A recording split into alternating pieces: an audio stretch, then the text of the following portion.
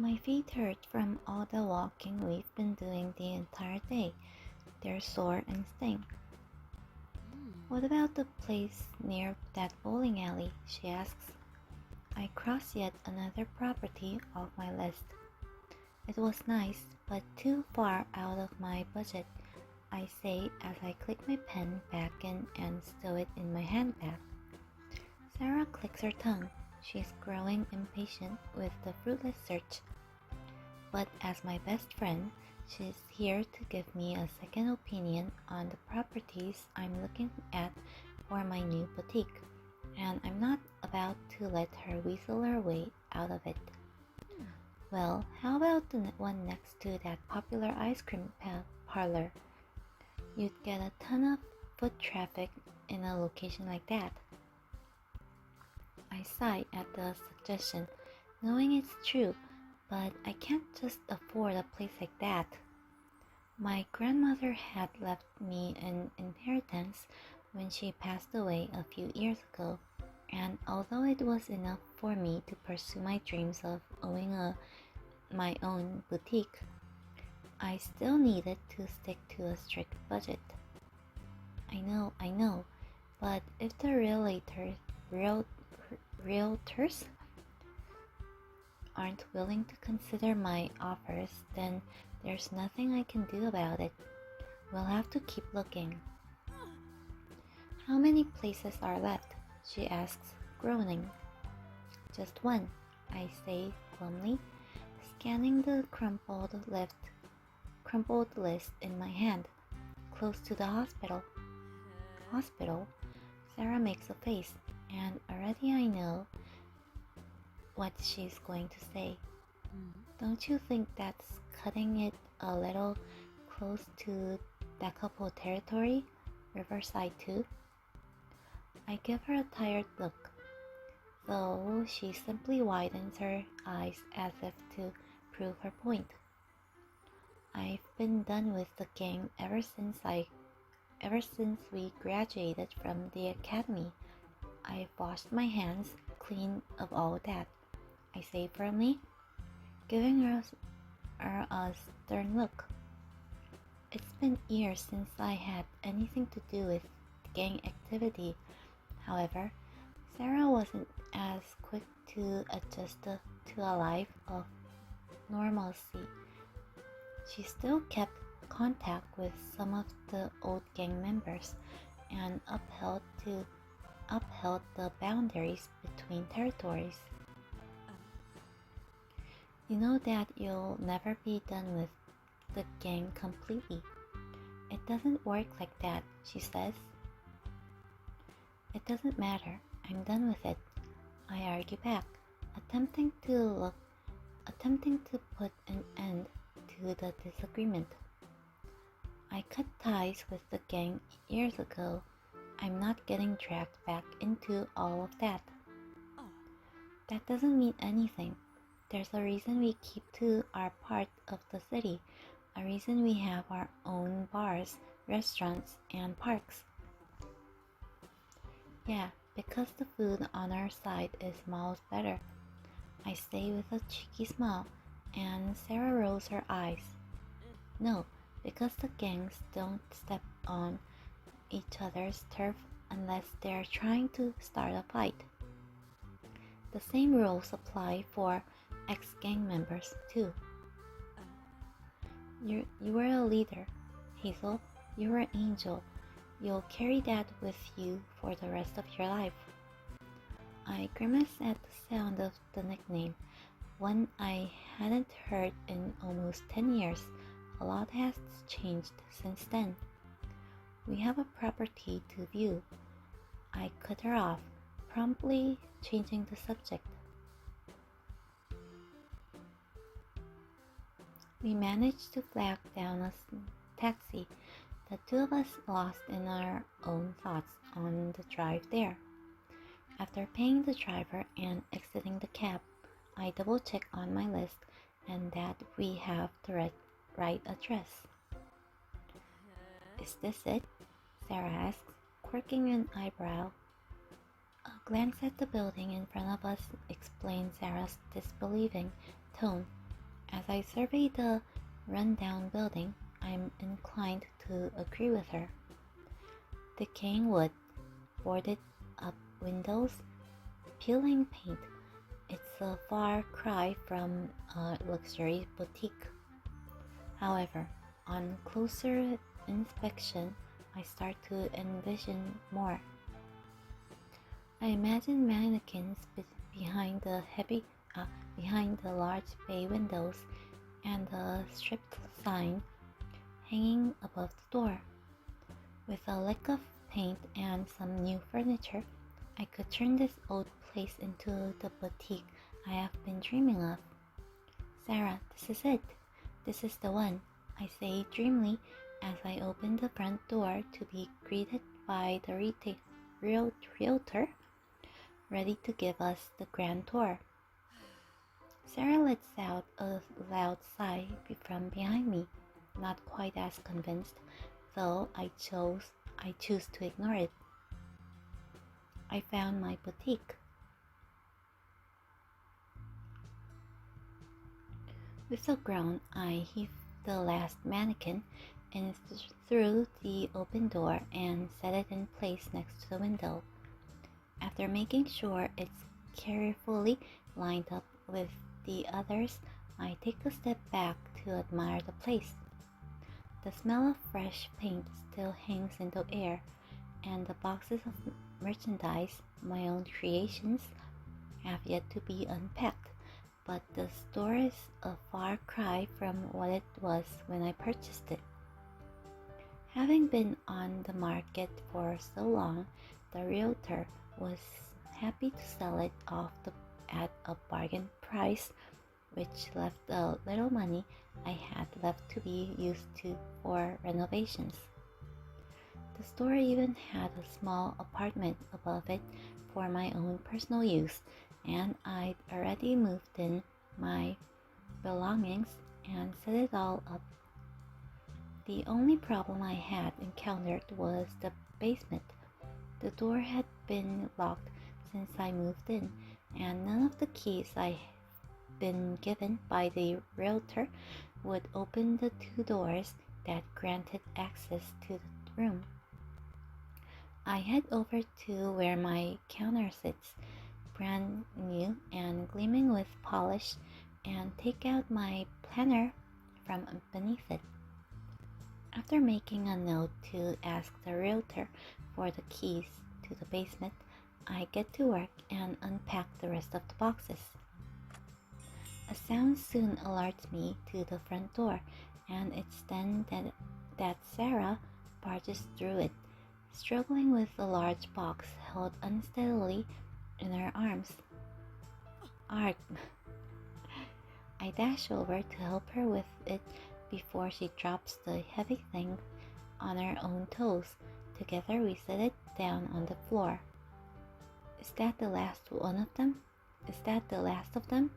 I ask as Sarah catches her breath, her red face slowly regaining its normal flush of color. There's 2 smaller ones left and a bag of hangers, she says, indicating to the moving truck parked on the street outside. All right, let's go get them.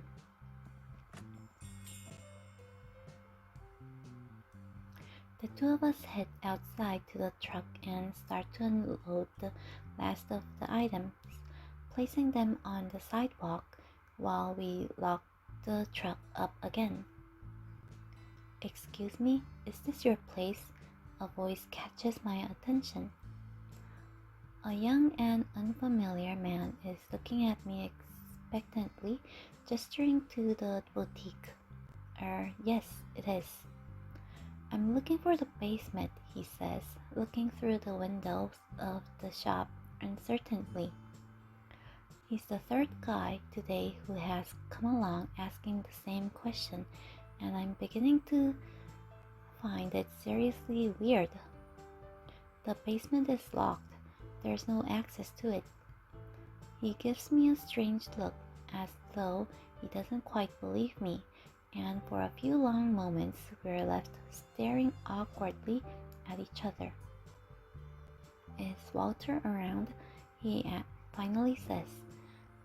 He says finally, and I blink at him dumbly. Walter?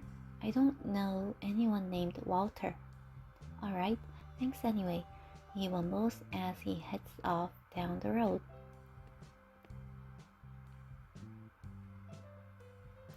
Sarah and I share a look of disbelief. Didn't that guy who was here earlier ask the same thing? Sarah asks as she hoists a box up into her arms. Yeah, he did. And the young one before that. I'm starting to get the feeling that someone might be pulling a prank on me. There must be a hidden camera around here somewhere.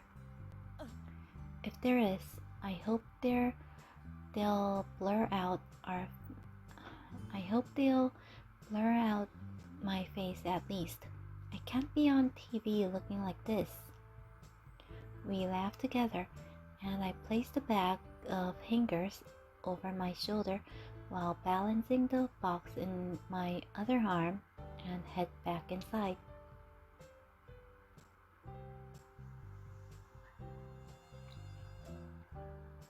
So how did the date go last night? I asked Sarah as she put everything down again. What was he like? She makes a face at the question, which I should have expected. My best friend seems to have had a string of bad dates lately, and I enjoy hearing the juicy details from every single one of them. He was awfully boring. He talked a lot about birds. Apparently, he likes to go and watch them on weekends. Oh, and he lives with his grandma.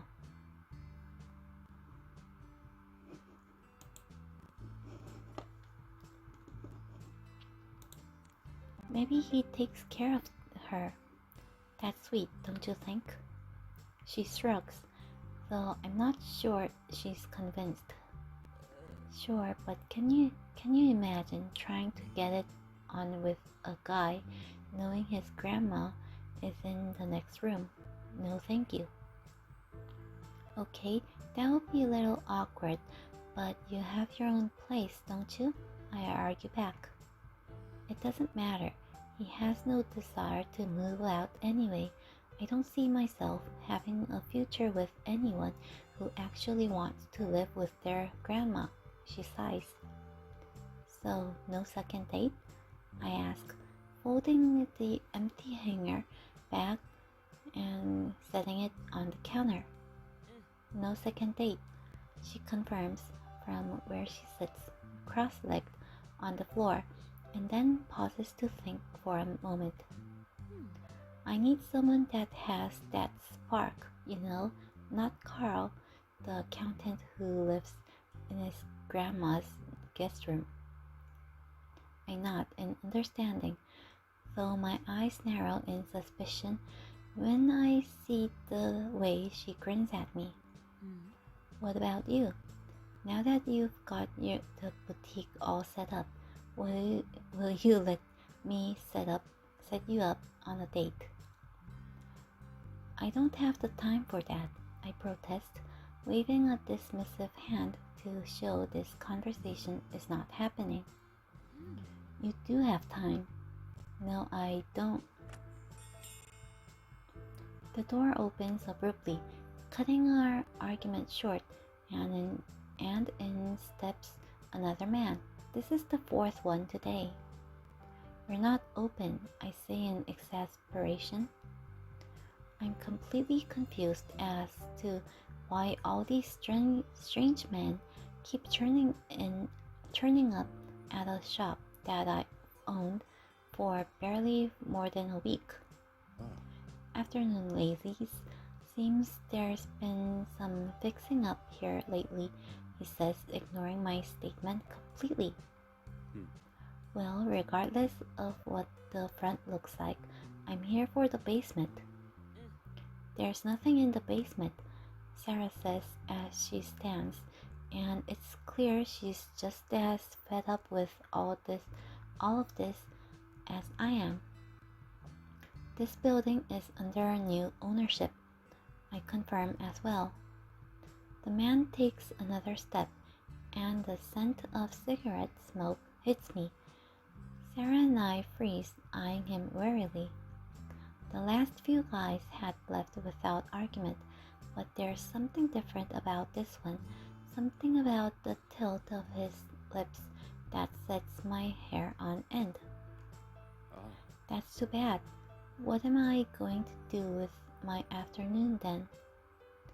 I resist the urge to grimace at the insinuation, but hold my ground all the same. That's got nothing to do with us. A flash of something sinister crosses his face, and I almost take a step back, wanting to put more distance between us. You look familiar, he says darkly as he gives me a once more, from head to toe. Have we met before? Great, now he's trying up pickup lines. I don't think so. His eyes linger on me in a way that makes me feel far too uncomfortable. He does seem a little familiar. The scar on his eyebrow and the freckles seem to stir up memories, but I can't place it. Are you going to waste our entire afternoon? We have things to do. Sarah snaps at the man, though he barely spares her a glance, his eyes fixed on me. I'll come back later, shall I? His smile is slow, lazy, and it rubs me in all the wrong ways. How about you never return? I bite back, ready to dive for the phone and call the police if the situation calls for it. That's very definitive, he says with a wry smile. It's supposed to be. I huff. Can you leave? The man smiles broader, amused by the threat, and then finally he turns, walking for the door, though pausing a moment before he leaves. Catch you around, sweetheart. When he finally disappears, I let out the breath I'd been holding in. Something about him felt dangerous, and the red flag that had popped up in my mind was only now starting to disappear. What a jerk. Sarah stands with her hands on her hips, glaring after the man. Tell me about it. What is so great about the basement anyway? I throw my hands up in exasperation, finding it more and more bizarre that all these men keep showing up. Maybe we should find out, Sarah says in a mischievous grin, curving her lips. How? We don't have the keys, remember? I point out, dismissing the idea. Do you have a crowbar? It's your basement, after all. So who's to say you can't use a little force?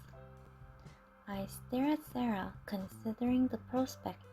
I'm more curious now than ever to find out what's in that basement. I have a screwdriver. That might work.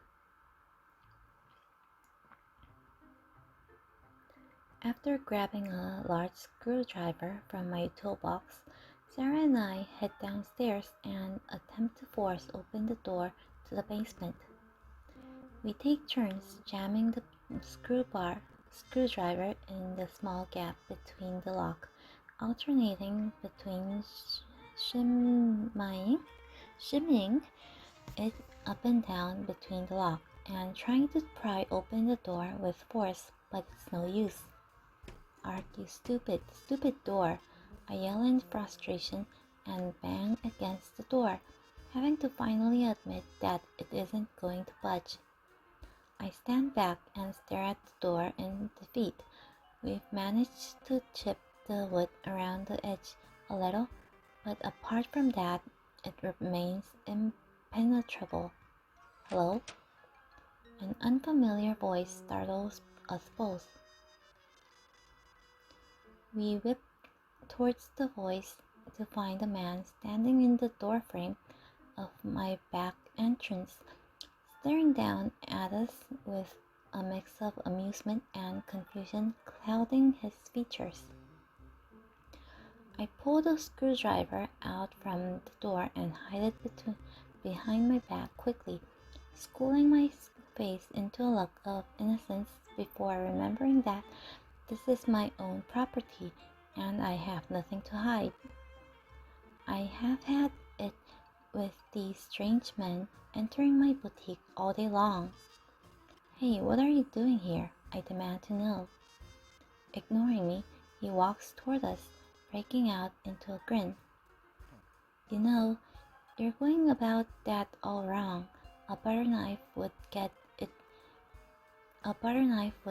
into that gap a lot easier than that screwdriver, the guy says. Sarah and I exchange stunned looks. Why didn't we think of that? Or you could just, I don't know, use a key. He holds up a set of keys and jingles them in front of him, and my mouth drops in disbelief. You have the keys to my basement? I stammer, more confused than ever. Your basement? I didn't know this old place had sold. Well, it has. Sarah steps up beside me, giving the man a once over and folding her arms over her chest. So why are you here? Yes, why does he have the keys to my basement? This is all so sketchy. This place has been vacant for years. The back door was never locked, so I started using it for my own personal means, he says casually. He spins the keys around his fingers in a way that makes me want to reach out and take them from him. You've been using the basement without anyone knowing? I ask, eyebrows raised. I didn't see anyone else lining up to use it. Why let it go to waste? He says with a shrug, as though the logic behind it is flawless. How did you even get those? I indicate with my chin towards the keys, and he holds them tight in his palm. I have my ways. I eye him suspiciously, knowing his crooked grin should be setting off all my red flags, but for now they remain still and silent. Well, can I have my keys, please? I ask impatiently, holding my hand out to take them. He drags them back out of reach and gives me a look, his eyes glinting with amusement. You know, something seems funny about all this. He gestures between the screwdriver I'm still holding and the door. How can I be sure that you're really the owner of this building and not just trying to break in? Do you have any proof?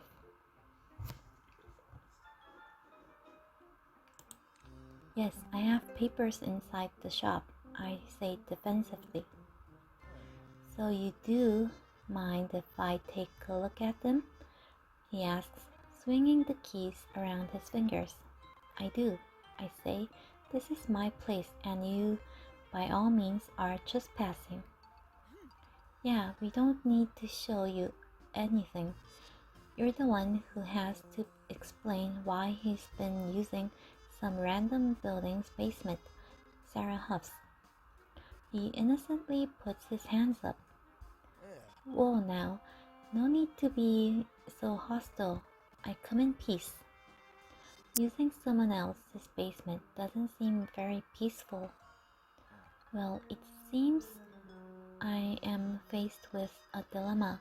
Alright, new owner, what are your plans for this basement? Just storage, I suppose, I say with a shrug. I hadn't thought about it much more than that. How about renting it to me? I raise my eyebrows at him, surprised by the question. Are you the reason why people have been coming over to ask to see the basement, I accuse him. It seems people already miss me, he says with a mischievous grin. Whatever he's been doing down in that basement, I guess he's eager to continue. What have you been using it for exactly? I ask, determined for more information on this strange proposition. Games. Games? Sarah asks distastefully, and he nods. Care to elaborate? Board games, if you must know. What kind of board games? I question.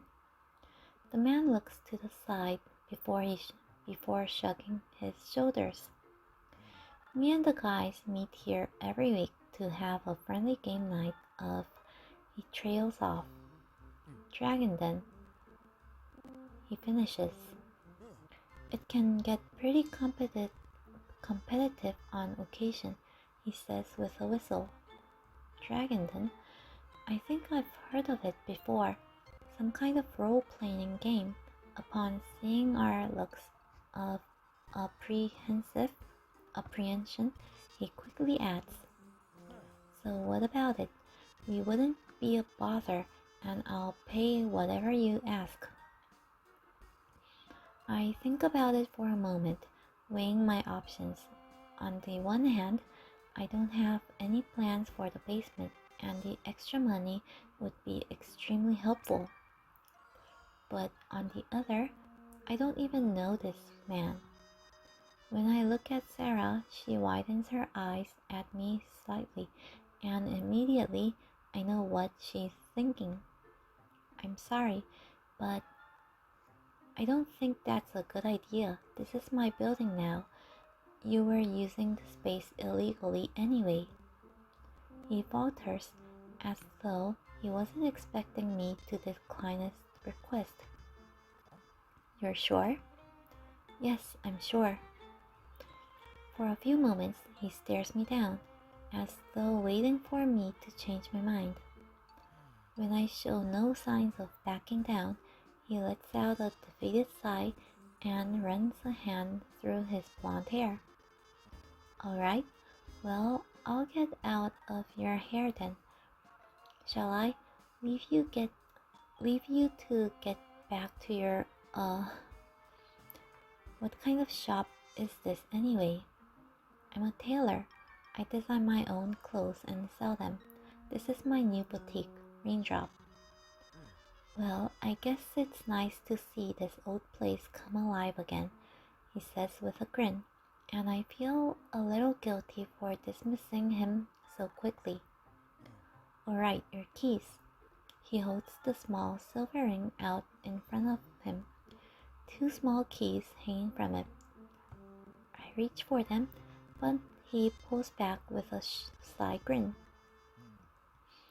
I have a few things still left down in the basement.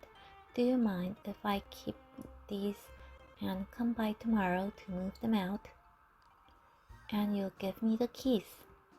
Of course. I make a mental note to change out the keys to the back door. Can't be too sure if he has a copy of it or not. Alright, I have some spare boxes if you need to pack anything up. How very helpful, he says with a grin, backing slowly towards the door. You know, you seem familiar somehow.